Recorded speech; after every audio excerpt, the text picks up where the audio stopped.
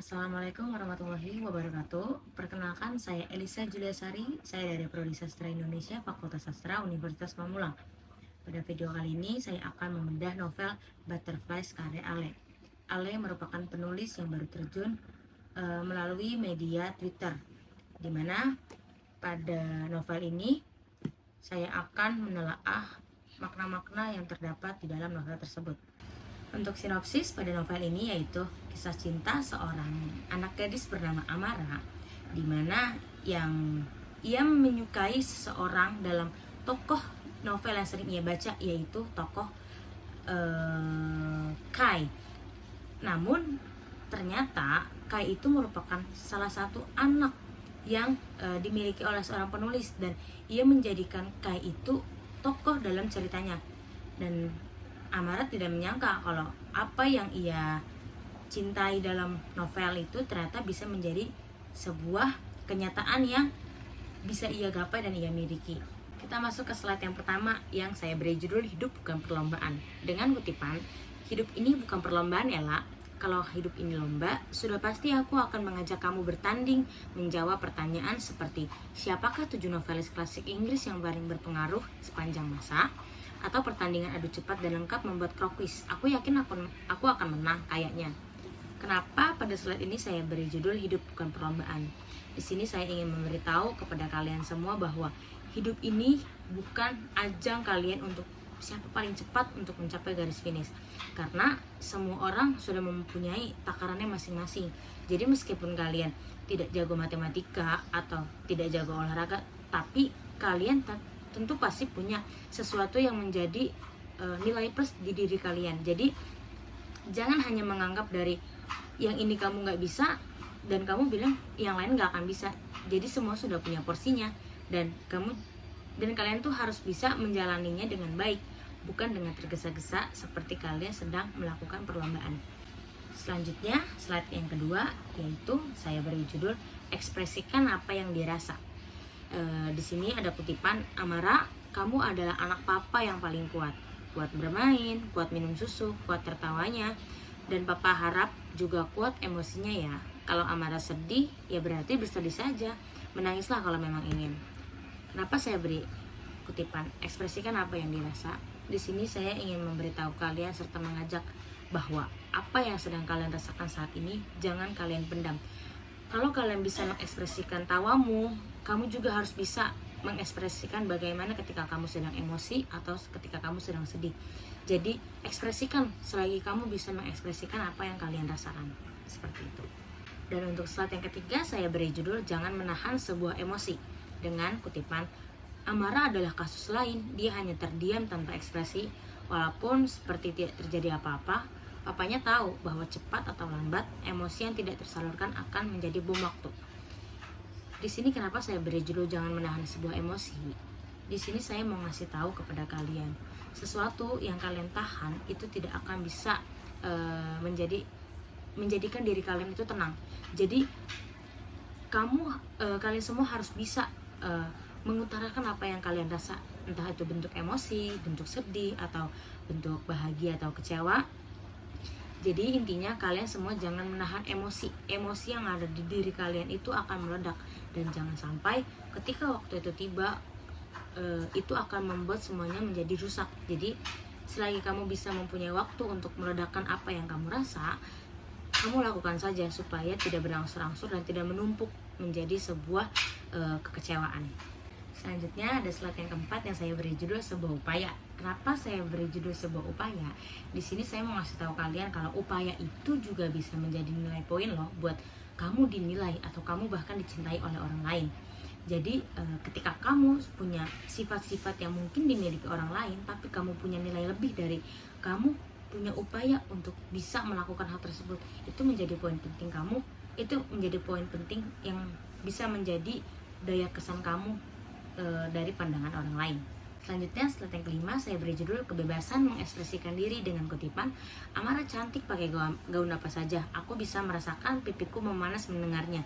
Yang paling penting pakai gaun yang bikin dia sendiri ngerasa cantik. Kenapa sih di sini saya beri judul Kebebasan Mengekspresikan Diri? Di sini saya mau ngajak kalian, ketika kalian bisa mengekspresikan diri, kalian bisa lakuin. Karena kebebasan mengekspresikan diri itu bisa dilakukan oleh semua orang, bukan hanya perempuan atau laki-laki. Jadi kalian memiliki kebebasan yang luas untuk mengekspresikan diri. Ketika kalian senang dengan apa yang kalian suka, ya kamu ekspresikan dirimu ketika kamu merasakan hal itu. Selanjutnya saya beri judul jangan terlalu dalam pada sebuah berperasaan, dimana kutipannya marah banget, sedih banget, nggak pernah nyangka kalau orang yang paling gue sayang, yang ngenalin gue sama hal-hal yang paling gue cintai sekarang, ternyata jadi orang yang paling bikin gue sakit hati. Kenapa sih saya beri judul jangan terlalu dalam pada sebuah berperasaan? Di sini saya tuh mau ngasih tahu kalian kalau ketika kita terlalu dalam menaruh perasaan kita, entah pada seseorang atau pada siapapun itu, kalian juga harus bisa menerima konsekuensinya atau kecewaan. Dan di sini juga nggak ada yang bisa ngejamin orang yang kamu sayang itu bakal selalu mengasihkan rasa-rasa kebahagiaan, dan itu nggak menutup kemungkinan mereka akan masih memberikan kekecewaan kepada kalian. Makanya di sini saya mengingatkan kalian kalau kalian itu jangan terlalu dalam untuk sebuah perasaan, baik kepada orang lain atau kepada sebuah perasaan kepada orang lain, seperti itu. Selanjutnya saya beri judul kesempatan dari Tuhan, dimana ada kutipan, Tuhan mau dia bisa mencium keningmu untuk terakhir kalinya. Dia membiarkan mobil itu sampai dengan selamat meskipun jiwa pengemudinya sudah habis digerogoti sepanjang jalan. Kenapa sih saya beri judul kesempatan dari Tuhan? Di sini saya mau ngasih tahu kalau Tuhan meskipun dia membuat sesuatu rencana yang mungkin menurut kalian itu sedih, atau kalian tuh jadi mikir kalau kenapa sih Tuhan harus melakukan ini, tapi di dalamnya Tuhan masih memberikan kesempatan untuk kamu. Kayak di sini itu kan Tuhan mengambil ibunya, tapi Tuhan masih memberikan dia waktu untuk bisa bertemu. Jadi kalian harus percaya Tuhan selalu memberikan rencananya, dan Tuhan selalu memberikan yang terbaik untuk hambanya. Jadi pergunakanlah kesempatan yang diberikan Tuhan kepada kamu, dan jangan sampai kamu merasa kamu menjadi orang yang paling menyedihkan di dunia ini. Selanjutnya ada judul dunia yang berhenti, dengan kutipan kepergian Lail hanya berselang belasan bulan dari kepergian Kaliel, ayah Abel dan Keila. Jelas membuat dunia Abel terasa berhenti tiba-tiba. Dia tidak lagi bisa berfungsi sebagaimana mestinya. Kenapa saya beri judul dunia yang berhenti? Di sini saya mau ngasih tahu kalau ketika kalian merasakan orang yang paling kalian sayang itu pergi, kalian akan merasa kalau diri kalian juga akan ikut pergi. Jadi kalian merasa kalau dunia ini berhenti. Makanya saya mau ngasih tahu kalau ketika kalian dihadapkan dengan keadaan seperti ini, kalian harus bisa mencoba untuk jangan sampai kalian juga ikut berhenti. Meskipun orang yang kalian sayang itu sudah pergi dengan dunianya, tapi di sini kalian harus bisa tetap kuat untuk menjalaninya. Jangan sampai dunia kalian itu berhenti. Oke? Selanjutnya ada judul kamu boleh berduka tapi jangan terlalu larut. Kutipannya ada di atas ya teman-teman. Di sini saya mau ngasih tahu kalau ketika kamu sedang berduka, kamu boleh merasakan dukamu itu, tapi saya berharap kalau kamu tuh nggak terlalu larut untuk merasakan apa yang kamu rasakan, karena kamu nggak akan berhenti sampai situ, duniamu nggak berhenti. Jadi jangan sampai kamu malah membuat garis kayak seperti kamu mati perasaan karena kamu merasa dunia kalian itu sudah tidak berwarna dengan keadaan orang tua atau orang-orang tersayang kalian pergi, dan kamu pokoknya jangan sampai ngerasa ada di bawah. Meskipun berduka, kamu jangan terlalu larut. Intinya kamu mempunyai waktu untuk berlarut dalam duka, tapi jangan sampai larutnya itu bisa sampai membunuhmu atau membunuh dunia-duniamu, seperti itu ya. Selanjutnya ada judul yakinkan dirimu kalau semua baik-baik saja, dengan kutipan Abel mengakui bahwa dirinya belum baik-baik saja dan dia khawatir kalau dia tinggal berdua saja dengan Keila. Di sini saya mau ngasih tahu ke kalian kalau kalian harus optimis. Ketika kamu sedang merasakan kegundahan atau sesuatu yang membuat kalian merasa sedih, kalian harus bisa meyakini dirimu kalau semua bisa baik-baik saja. Selagi dunia ini belum berhenti, kamu masih tetap hidup, yang meskipun yang kamu punya hanya dirimu sendiri. Jadi yang penting kamu harus bisa menguatkan dirimu untuk bisa ngeyakinin kalau dirimu baik-baik saja untuk bisa melanjutkan perkehidupan yang entah sampai kapan akan berlangsung ini. Selanjutnya saya beri judul Mulailah Bangkit dari Keterpurukan, di mana ada kutipan, Abel tidak bisa menahan tawa. Untuk pertama kali setelah kepergian Lail, Abel akhirnya tergelak juga. Nah, di sini nih saya mau ngasih tahu ke kalian kalau ketika kamu sedang ada di posisi terendah gitu, kayak sedih, kecewa atau apapun itu, kalian harus bisa meyakini dirimu untuk kamu bisa bangkit dari keterpurukan yang kamu rasain. Jadi tanamkan di diri kalian untuk bangkit dari keterpurukan. Jangan sampai kamu tenggelam dalam keterpurukan itu. Semangat buat ngejalanin apa yang harus masih bisa kamu jalanin. Seperti itu. Untuk slide selanjutnya saya beri judul Nikmati Kebahagiaanmu dengan kutipan, seharusnya Amara berbahagia saat ini. Dia berhasil lolos SBMPTN di kampus dan jurusan yang bagus sesuai dengan apa yang maunya inginkan. Di sini saya ngasih tahu ke kalian kalau kalian tuh harus bisa menikmati apa yang bisa membuatmu bahagia gitu. Terkadang mungkin sesuatu yang kalian dapatkan itu mungkin bukan apa yang kalian inginkan, entah itu dari orang tua, tapi kamu harus bisa untuk menikmati kebahagiaan itu, karena itu salah satu bentuk pencapaian yang bisa kamu ambil. Makanya jangan sampai kamu malah berbanding terbalik perasaannya, malah kamu sedih. Harusnya kamu menampilkan raut bahagia. Makanya kamu harus bisa menikmati kebahagiaan yang sedang kamu miliki. Dan kita pikir juga kebahagiaan itu kita nggak bisa prediksi sampai kapan. Jadi selagi kalian bisa merasakan bahagia, maka kalian harus bisa menikmatinya.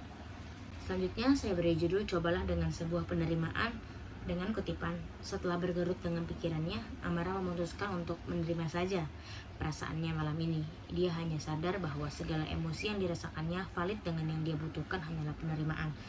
Kenapa saya beri judul Cobalah dengan Sebuah Penerimaan? Terkadang ketika kita berpikir untuk memikirkan sesuatu yang mungkin belum tentu bisa terjadi, dan ngapain kita harus buang-buang waktu buat melakukan itu? Kenapa kita nggak mencoba untuk bisa menerima? Karena bentuk kamu dewasa juga adalah ketika kamu bisa menerima, bukan hanya bisa mencari ketika ia ada yang salah, kamu mencari kebenaran, tapi dengan kamu mencoba untuk menerima, kamu sudah bisa membuktikan kalau kamu bisa berpikir dewasa.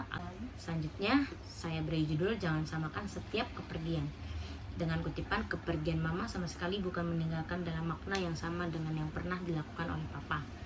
Kenapa saya berikan judul Jangan Samakan Setiap Kepergian? Di sini saya mau ngasih tahu kalau bentuk kepergian itu beragam, bukan hanya mati atau berpisah, tapi semua berpergian itu memang menyakitkan. Tapi kalian jangan sampai menanamkan kalau orang yang sekarang itu ninggalin kamu itu sama seperti orang yang ninggalin kamu sebelumnya. Jadi kamu jangan sampai menyamakan sebuah makna kepergian yang ini, karena barangkali kepergian sekarang bukan kepergian yang membuatmu merasa sedih atau kecewa. Mungkin bisa membuatmu merasa kalau kamu harus tahu bukan hanya datang saja yang harus kamu terima, tapi kepergian juga harus bisa kamu terima. Oke, untuk slide selanjutnya saya beri judul Belajarlah untuk Mulai Berani, dengan kutipan, hanya saja Amara takut akan kesendirian. Selama ini bagaimanapun sulitnya keadaan yang menimpa keluarga kecilnya, mereka tetap bertahan bersama. Di sini saya mau ngajak kalian semua loh, buat kalian bisa untuk berani ketika kalian menanamkan kalau saya bisa. Jadi kalian harus bisa belajar. Apapun itu kita mungkin nggak tahu ya kalau kita nggak mencoba atau kita mempelajarinya. Makanya di sini saya kasih tahu kalian untuk kita harus bisa belajar untuk mulai berani, karena kan nggak selamanya kalian akan bersama orang tua kalian. Ada kalanya kamu akan merasakan apa yang kamu rasakan itu ya sendiri gitu. Jadi dari sekarang nih kamu harus bisa mempersiapkan keberanian itu, supaya ketika kamu dihadapkan dengan keadaannya, kamu tidak akan menjadi seseorang yang lemah. Oke, untuk selanjutnya saya beri judul Untuk Menghadapi Kehidupan Kamu Harus Kuat. Kenapa di sini saya beri judul Untuk Menghadapi Kehidupan Kamu Harus Kuat? Kutipannya ada di atas ya. Jadi di sini saya mau ngasih tahu kalau dunia ini bukan tempat kamu hanya menjalani sesuatu yang biasa-biasa saja, tapi kamu bakal ngerasain badainya kehidupan. Jadi untuk bisa menghadapi itu ya kamu harus bisa menguatkan dirimu. Jadi makanya di sini saya beri judul untuk menghadapi kehidupan kamu harus kuat, supaya kamu nantinya tidak akan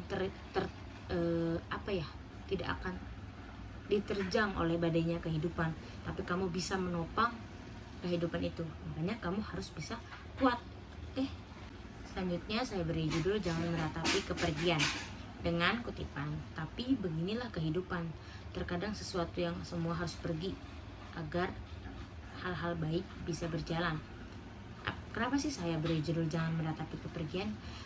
Di sini saya mau ngajak kalian kayak kenapa kalian tidak bisa untuk berpikir lebih baik aja ke depannya, kayak daripada meratapi kepergian ya kalian kenapa nggak mencoba untuk bisa untuk menjalani kehidupan meskipun setelah adanya kepergian. Jadi daripada kalian buang-buang waktu untuk meratapi kepergian, kenapa kamu tidak untuk mencoba bangkit atas keadaan yang mungkin nggak semua orang pengen gitu. Kepergian itu kan sesuatu yang ditinggalkan, tapi bukan berarti kamu malah terpuruk, malah meratapi. Tapi kalian harus bisa untuk meyakinin diri kalau kepergian itu ya adalah salah satu bentuk ujian yang harus kalian jalani juga. Selanjutnya saya beri judul komunikasi verba, dengan kutipan sepanjang perjalanan kami hanya saling bertatapan dan tersenyum tanpa suara. Kenapa sih di sini saya beri judul komunikasi verba? Di sini saya mau kasih tahu kalau komunikasi itu bukan hanya dari interaksi atau telepon. Jadi bahasa tubuh juga bisa mewakili sebuah komunikasi. Jadi kamu bisa mengekspresikan bentuk komunikasimu dengan media apa saja, entah telepon atau berbicara, atau mungkin ya ini komunikasi verba salah satunya yaitu bahasa tubuh. Oke, sip. Selanjutnya saya beri judul bebaskan air matamu mengalir, dengan kutipan seakan mendengar kemuraman hatinya, hujan pun turun dengan deras malam itu. Tak terasa pipi Amara juga ikut basah oleh rintik air mata. Dia sengaja tidak membiarkan air tersebut mengalir. Di sini tuh saya mau ngasih tahu ke kalian kalau ketika kamu sedang bersedih ya udah sesekali kalian bisa membebaskan air matamu untuk mengalir, untuk sebagai penyalur kesedihanmu. Itu juga perlu, itu tidak diharamkan atau tidak disalahkan, karena itu merupakan bentuk sesuatu kamu bisa mengekspresikan apa yang kamu rasa. Jadi ketika kamu sedang bersedih atau ingin menangis, kamu bebaskan saja air matamu untuk bisa mengalir dan mewakili perasaanmu. Seperti itu. Selanjutnya saya beri judul kamu memiliki kebebasan memilih caramu, dengan kutipan di atas ya. Kenapa sih saya beri judul kamu memiliki kebebasan untuk memilih caramu?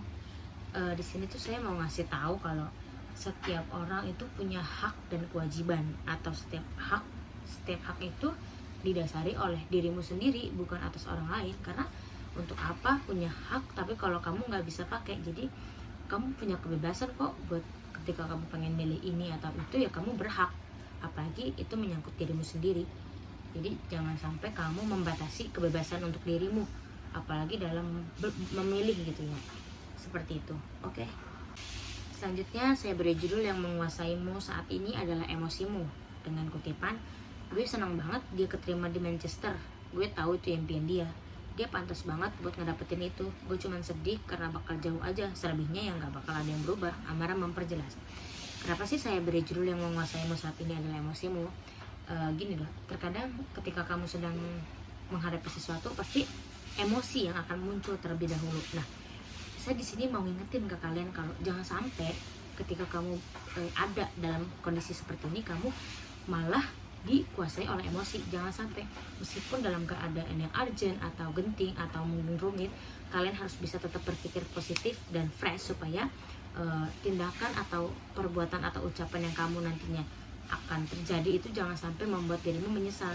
Jadi keadaan apapun kalian harus bisa berpikir jernih, jangan sampai emosi yang menguasai dirimu dan tubuhmu. Oke, selanjutnya saya beri judul percayalah rencana Tuhan. Judulnya di atas ya. Kutipannya di atas. Kenapa sih saya beri judul percayalah rencana Tuhan? Di sini tuh saya mau ngasih tahu ke kalian kalau Tuhan punya rencana, dan di sini saya mengajak kalian untuk percaya kalau Tuhan itu selalu memiliki rencana. Sebaik-baiknya rencana manusia, rencana Tuhan itu adalah rencana yang paling baik. Jadi saya harus ingatin kamu semua buat percaya dengan rencana Tuhan. Untuk slide selanjutnya saya beri judul bersyukurlah atas apa yang kamu miliki saat ini. Kutipannya di atas ya teman-teman. Kenapa sih saya beri judul bersyukurlah atas apa yang kamu miliki saat ini? Nah, ini saya harus mengajari diri saya sendiri juga dan memberitahu kepada kalian kalau kita sebagai manusia harus bersyukur, karena pada hakikatnya bersyukur adalah sebuah sifat yang harus dimiliki manusia. Jadi untuk sesuatu yang kamu miliki, entah itu menurutmu tidak baik atau baik, atau ini menurutmu sedih atau kecewa, ya kamu harus bersyukur, karena toh kita dalam roda kehidupan itu ya seperti roda yang berputar, selamanya kita di bawah atau di atas. Jadi untuk apapun kondisinya ya kamu harus bersyukur untuk apa yang kamu miliki, karena Tuhan sudah memberikan itu semua. Jangan sampai kamu malah mengeluh atas apa yang diberikan oleh Tuhan. Terima kasih. Itu. Dan selanjutnya itu ada judul ambillah makna pelajaran dari sebuah kehidupan. Kutipannya di atas.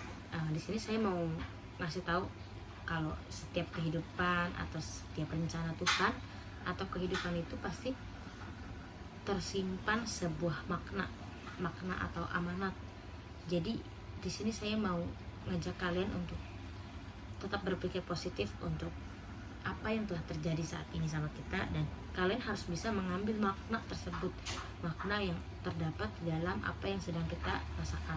Jadi buat teman-teman semua, ketika kita sedang dihadapkan dengan sesuatu atau apapun, ya kita harus bisa mengambil makna untuk setiap yang terjadi, supaya bisa menjadi bahan pembelajaran kita, atau mungkin menjadikan kita orang yang lebih sabar atau apapun itu. Intinya kita harus ambil makna yang baik-baik, karena semua itu sudah dirancang dan maknanya pun sudah tersusun sama Tuhan. Jadi nggak mungkin kehidupan atau keadaan ini sia-sia, pasti semuanya punya makna. Selanjutnya saya beri judul jangan ragukan perasaan karena waktunya. Nih kutipannya di atas ya. Di sini tuh saya mau ngasih tahu kalau untuk menjadi tolak ukur sebuah perasaan itu ya bukan ketika waktunya udah lama, tapi ya kita bisa melihat dari bagaimana caranya untuk bersikap. Jadi tolak ukurnya itu bukan cuma waktu aja, banyak aspek-aspek yang bisa kita lihat untuk meninjau apakah perasaannya itu serius atau enggak. Yang penting kalian harus yakin kalau apa yang kalian rasakan itu ya bukan kebohongan yang ada pada diri kalian. Oke. Selanjutnya saya beri judul jadilah orang yang bisa memahami. Nah, di sini saya mau ngajak kalian untuk kita harus bisa bersikap untuk bisa memahami. Ya ini tidak dipaksakan, tapi kenapa enggak kita mencoba gitu. Kita harus bisa menjadi orang yang bisa memahami baik keadaan ataupun sesuatu keadaan. Jadi kita harus bisa untuk belajar memahami. Oke, untuk slide selanjutnya saya beri judul jangan jadi penghambat mimpi seseorang, dengan kutipan di atas.